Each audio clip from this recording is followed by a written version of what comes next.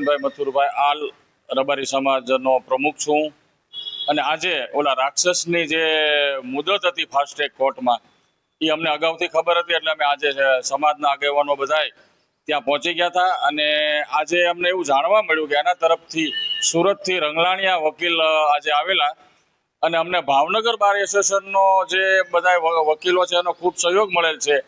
એ લોકો એનો કેસ લડવા નથી માંગતા એવું અમને સ્પષ્ટ કીધેલું છે અને એને એનું વચન પાડ્યું છે.